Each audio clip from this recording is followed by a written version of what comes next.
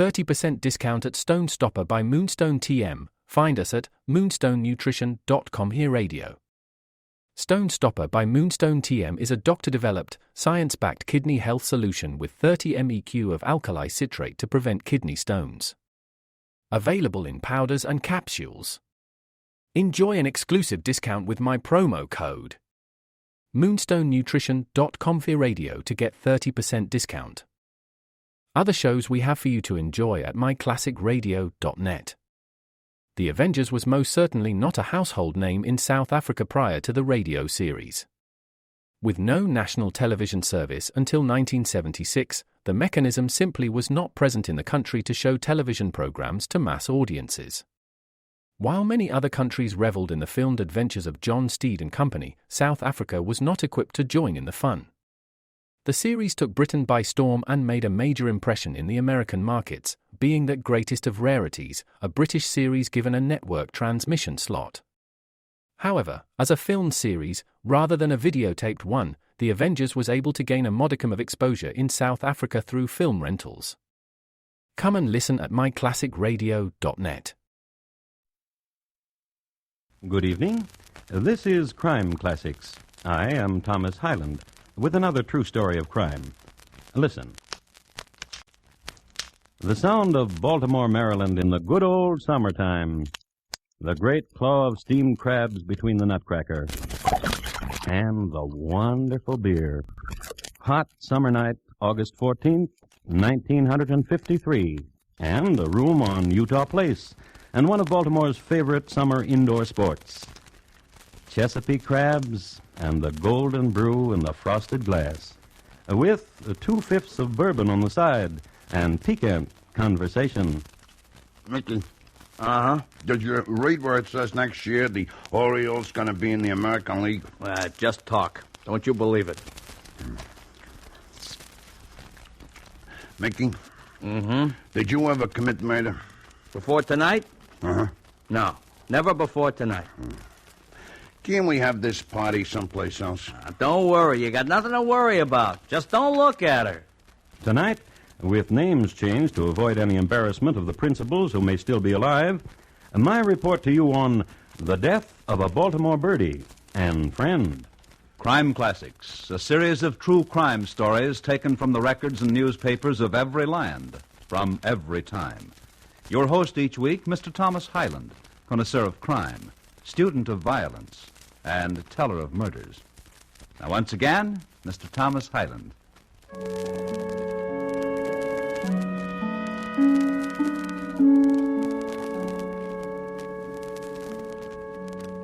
I was in Baltimore last autumn when the Peabody Bookshop was still selling the dustiest books and the best beer in the world. It was a pleasant evening, cool enough for a small fire in the fireplace, and the hum of talk had just the right amount of laughter in it.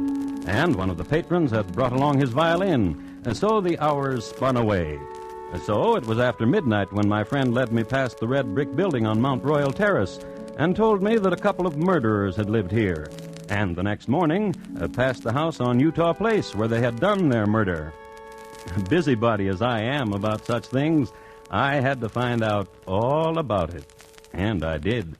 And I learned that it started when two young men were walking from Hyattsville to Baltimore. And they got an arena in a place called Collins Park, I hear. Maybe I could get a fight there. Joe Anderson, a very bad middleweight, plumping into an even worse light heavy. They hear what happened to you in Washington, they won't even let you walk down the aisles. Non-admiring friend Mickey Thayer. Lately, since they met at the Salvation Army Center in Scranton, Joe Anderson's handler-manager. What's the matter? You like to get your brains beat out, Joe? All of a sudden you're worried about me, huh? Just interested in you as a type, that's all. You like to get your brains beat out? That I am, Mickey. I'm very slow and real stupid. You want to see if I can break you in half? How about him? Huh? The fellow walking towards us on the other side of the road. And what about him? Another type, Joe. Pipe smoker and dog walker. You know what they call those dogs? Chihuahuas. Lots of yap, no more bite than a flea. The fella now, tweed coat and leather elbows, pork pie hat, and special walking shoes. Money. And we don't have any. I'm hungry. We don't have any money, Joe. I'll bet he has. Bet I'm hungrier than you. And us with no dough. Go get some. Sure. Hey, mister, you got a match, mister?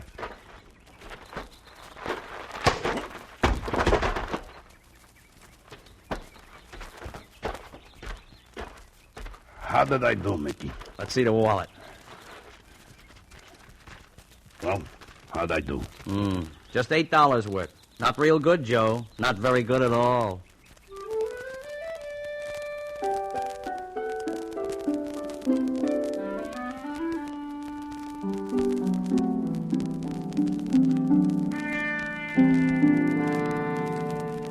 A few hours later, a Mr. James Henderson of Hyattsville, Maryland, picked himself up out of a ditch and wondered what he was doing there.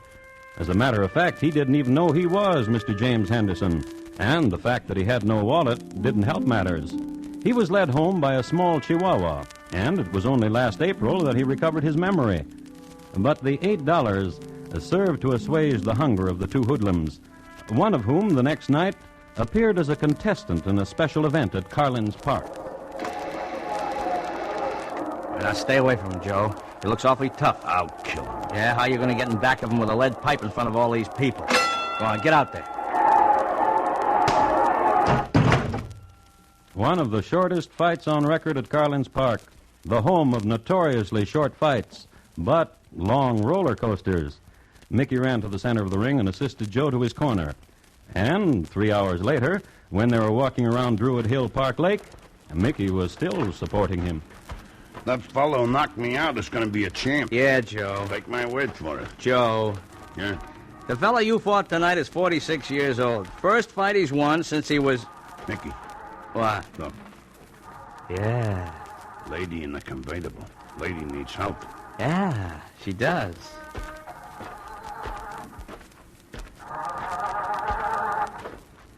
You need help, lady?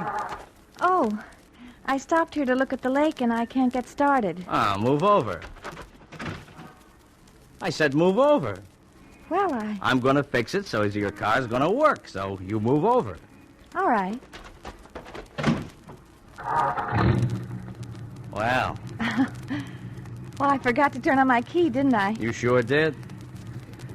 Lady? It was stupid of me. Lady, Yes. I can tell you're not stupid. You don't have a stupid face. You don't do stupid things for no reason at all. Did you just stall the car when you saw us coming? What are you talking about? Joe, Huh? get in the other side.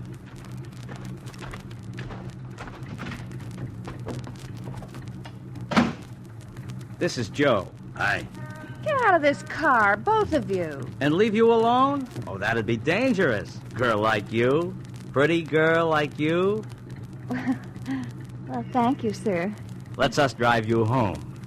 Why, thank you, sir. Where do you live? Utah Place. Not far from here. You tell us how to get there. Sure.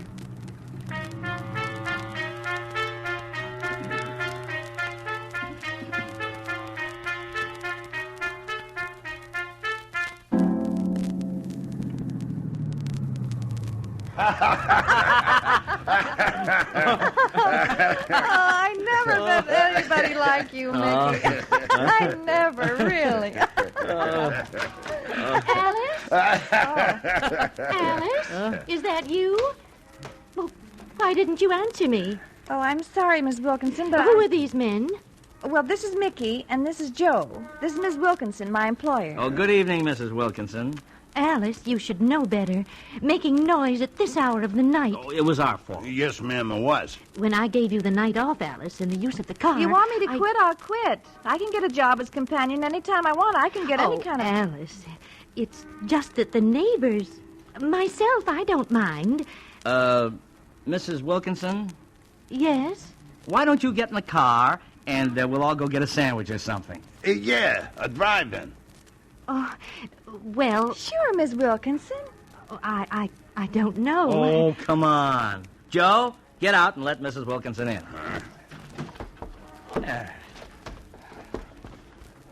You mind if I sit in back with you, Mrs. Wilkinson? Oh, no. Not at all. Hi. Hi, Mrs. Wilkinson. Hello. I'm a prize fighter. Well, isn't that interesting? Oh, Alice? Yes, Miss Wilkinson? Joe here. Did you know he was a prize fighter?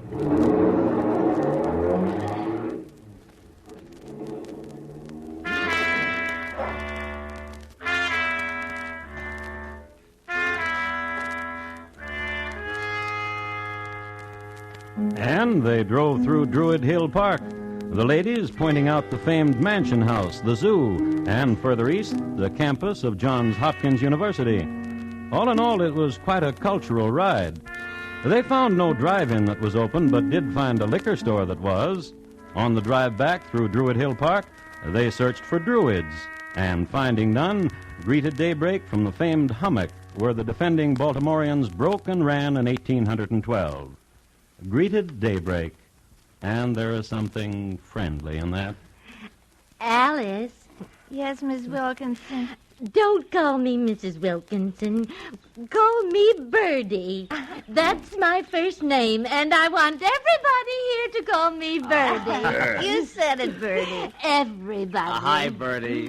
Birdie, you're a doll. A real live doll. Oh, I like you too much to argue with you. That was the latter part of May, and in the middle part of June. Alice, Yeah, honey. nice how we met and all, and how we took to each other and all. Uh-huh. You want to know what bothers me, honey? What? Miss Wilkinson. Birdie. Yeah, Birdie and Joe. She's such a prim woman and all, and Joe's a real bum. He's a real bum, isn't he, Mickey? Yeah. Well, I just don't figure it. Come here. Now, don't say a word. Baby. Yeah, Mickey. Shh. Now, don't answer. Don't say a word until I ask you a question. My, you look cute smiling up at me like that. A pretty girl. Where's her safe, Alice? Mickey. You work for her, you know. Where does Birdie keep her safe? If I didn't know you were kidding, I'd throw you right out of here. I'm kidding. And on July 4th, Wowee, that was a beaut.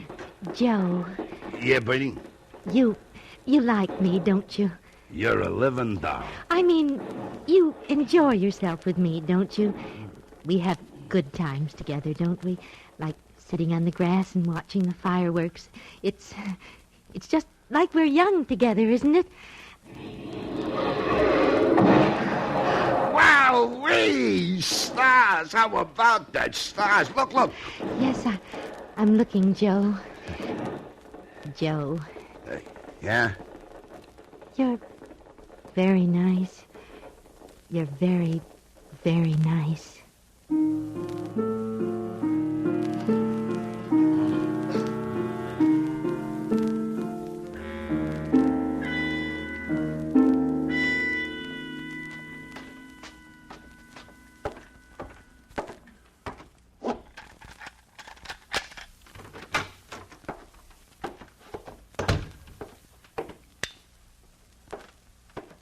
Hey, Mickey.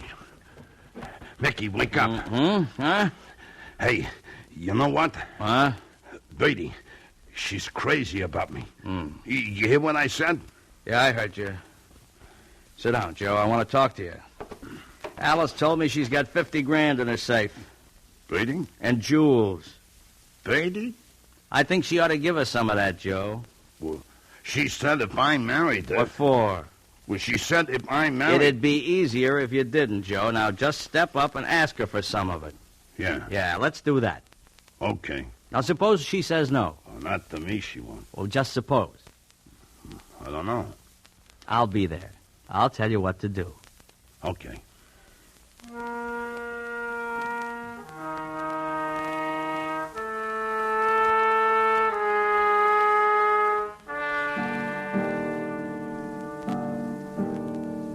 and Joe slept the sleep of the innocents.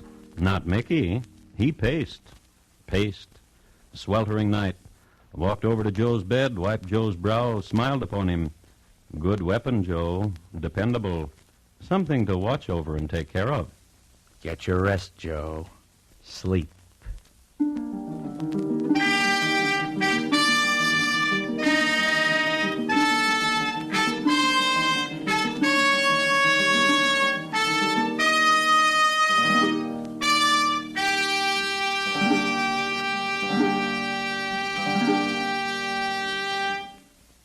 You are listening to Crime Classics and your host, Thomas Hyland.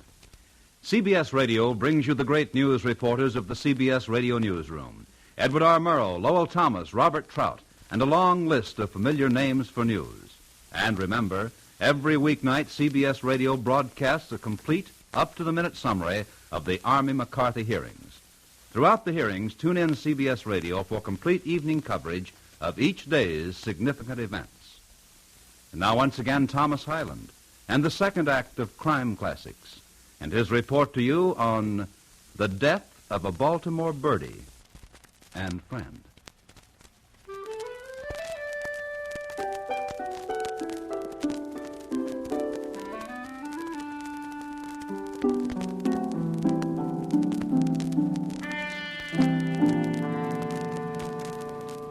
A few more words about my last trip to Baltimore. There stands out the walk through the old cemetery below Easterwood Park, where the headstones are remarkable for verses like this one. Young man, as you pass by, as you are now, so once was I. As I am now, so you will be. Prepare for death and follow me. Baltimore is filled with such tidbits. Charming city of marble stoops and Goucher College and beautiful women and crab cakes and waterfront. It's interesting to note that more Baltimoreans change their names per capita than any major city in the world. And I want to tell you, too, what the house on Utah Place looked like, not far from the Francis Scott Key Monument. It was of 3 stories, granite construction, and a maple tree grew up from the curb. Its facade was neo-Baltimore Rococo, a style somehow found nowhere else. Its interior suited the character of Birdie, a 45-year-old Baltimore widow. China closet, Dresden figurines, grand piano. So many things I own, Alice, and I don't own love. Birdie. Carved canopied bed, Italian chest, a John Sargent portrait, and I don't own love. Birdie, Yes, my dear? is it true? Is what true? All that money you told me you have in the safe? Oh, $50,000? Oh, yes, for an emergency. It was a thing that my husband... Well, I don't understand. I don't understand it at all. Well, now, what do you mean? Well, all that money just lying around. Oh, my husband used to say to me, suppose I get killed or something, Birdie. Our estate may be tied up in litigation, and what would you do for money? So we'll keep this amount of cash in the safe, and then... Birdie. Well, what? What's the matter? Well, suppose you got hurt. Suppose, for example, you went to New York and you got sick or got hurt. You couldn't get to your emergency money at all. And suppose the banks were closed, holiday or something. Oh, I should give you the combination of the safe, shouldn't I? Well, if you think I've worked for you long enough and you trust me. Of course I do. Just in case you got hurt or something and couldn't get to the bank, you know. I'll write it down for you. Now, remind me to write it down for you. All right. You know, Alice, Yes. I'm worried. Oh? Well, I'm getting forgetful. Forgetful? Yes, I'm misplacing things. My little pearl bracelet, and the other day a $50 bill I put down. Now, I thought I'd put it down on my dressing table. And you remember that cameo brooch? Oh, you remember my cameo brooch. Well, have you looked everywhere? And some other things, too. Birdie, you know what? What? I think Joe likes you. Oh, he's such a child. He likes you a lot. Well, children aren't very discriminating, Alice. And as I said, Joe is just a child. You'd be surprised. What do you mean? I've heard him talk about you. Not childlike at all. Tell me what he said. Oh, tell me. Believe me, it wasn't childlike.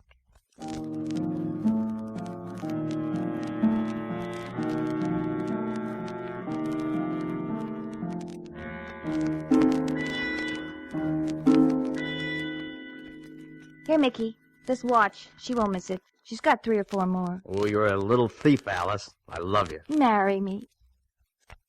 You know, I was thinking, Mickey, I might be able to get us $50,000 for a wedding present.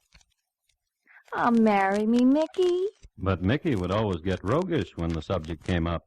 And somehow he had a trick of making her forget her immediate plans of wanting to get married, stalled her, as it's known in the trade, and relieve her of whatever bauble she had filched and pawn it and go halvies with Joe. And one day the two fellows had a heart-to-heart talk. She's got a safe, and she's got 50 grand in it. And probably who knows what else she's got in it. Yeah. Yeah. And that evening, another heart-to-heart situation. The way you hold me so tight, Joe. So strong. So strong. Joe. Birdie. Oh. You first, Birdie. Well, I was just going to tell you something, Joe, about me. I'm a new woman since I met you. It seems like things I only dreamed about before, I find myself doing because of you, Joe. Because, well, you're not complicated. You're not caught up in the welter of being a civilized human being. And I find myself spinning when I'm near you. Joe, anything I have is yours, Joe. How about the $50,000 in the safe? Oh, I see. How about No, Well, you just said... a thing a woman always says when she's spinning. Not to be taken literally, Joe. You mean I'm not going to give you any money. you just lied through your teeth? Get out of here. Come to Joey. Come on. Joey, don't. Come on. Get out. When you can say, forgive me, come back. But now, get out. Go. Please.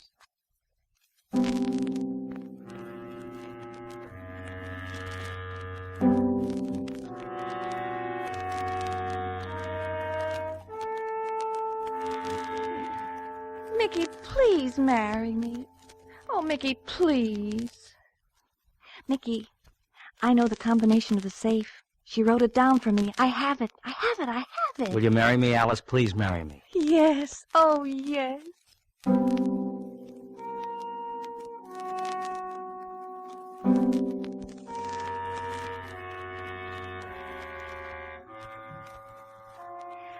course, I forgive him, Mickey. Good. I'll bring Joe and we'll have a party. Tonight I'll bring some steamed crabs and beer. You got the beer, huh? The 4 of us will have a party. Alice, Joe, and you and me. We'll have a party.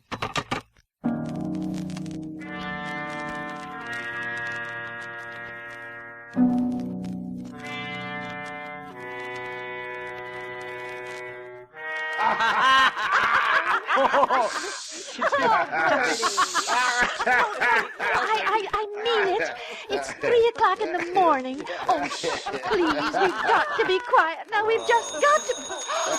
Oh, I told you. Hello? Oh, I'm sorry, Mrs. Garvey. We're just cracking some crabs and having some beer. Oh, yes. Yes, I know about your husband. And I do hope he's feeling better, and it was very inconsiderate of us to have made so much noise, and we won't anymore. I promise you. Oh, now you see, that was Mrs. Garvey again. Now that's the 3rd time. She said she'd call the police if we're not more quiet. No. Now. So please, let's all of us keep having a good time. But let's... Now, I mean you too, Joey. Joey.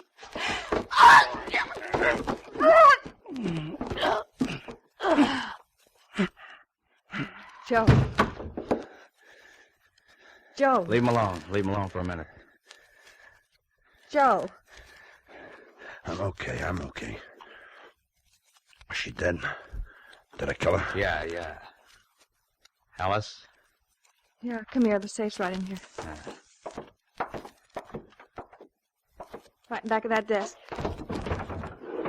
Hurry up, Mickey, hurry. Just keep quiet, that's all.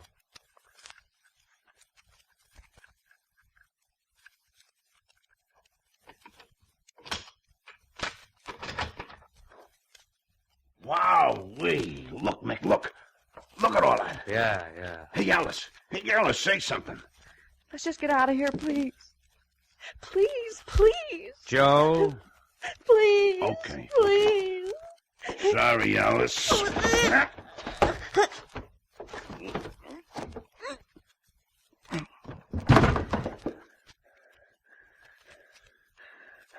Mickey.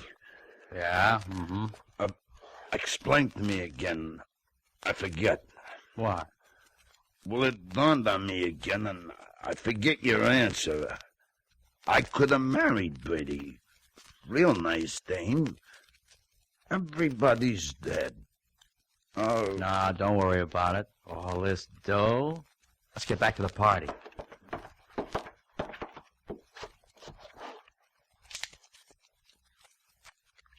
Mickey, Uh-huh. did you read where it says next year the Orioles going to be in the American League? Well, it's just talk. Don't you believe it? Mickey, Mm-hmm. did you ever commit murder? Before tonight? Uh-huh. No, never before tonight. Can't we have this party someplace else? Don't worry. You got nothing to worry about. Just don't look at her. Okay. Wow-wee. All that dough, huh? Wow-wee. Hey, that must be Mrs. So-and-so from next door. Always telling us to keep quiet. Shut up, Mrs. So-and-so. Go shut her up, Joe. Now you shut up, Mrs. So-and-so. Oh. Mickey, Yeah? it ain't Mrs. So-and-so.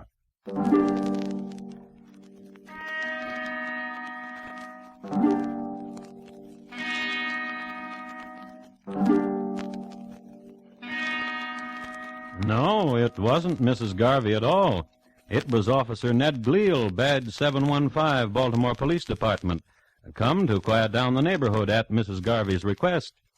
Walking through the house then, Officer Gleal quickly determined that Birdie and Alice would no more disturb the peace. Neither, for that matter, would Joe or Mickey. Ever.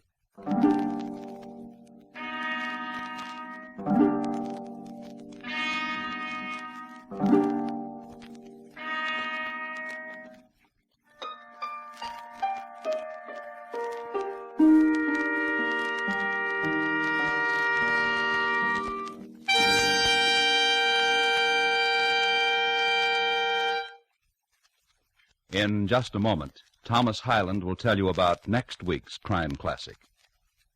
Baltimore Birdie, tonight's crime classic, was adapted from the original court reports and newspaper accounts by Morton Fine and David Friedkin. The music was composed and conducted by Bernard Herrmann, and the program is produced and directed by Elliott Lewis. Thomas Hyland is portrayed on radio by Lou Merrill.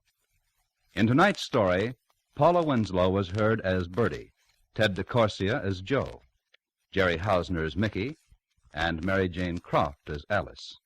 Bob Lamont speaking. And here again is Thomas Hyland. Next week, that portion of the Ottoman Empire known to us as Albania. There used to be a fellow there who killed everyone who got in his way.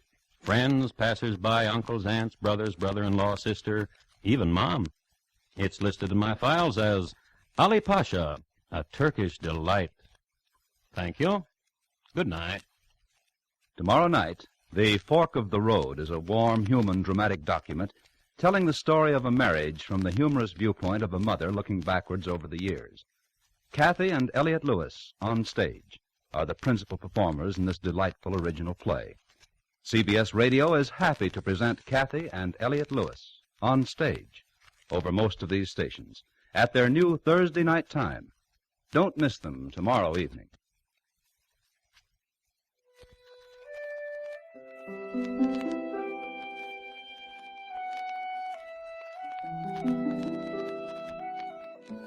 Everybody Loves Junior Miss, Thursday nights on the CBS Radio Network.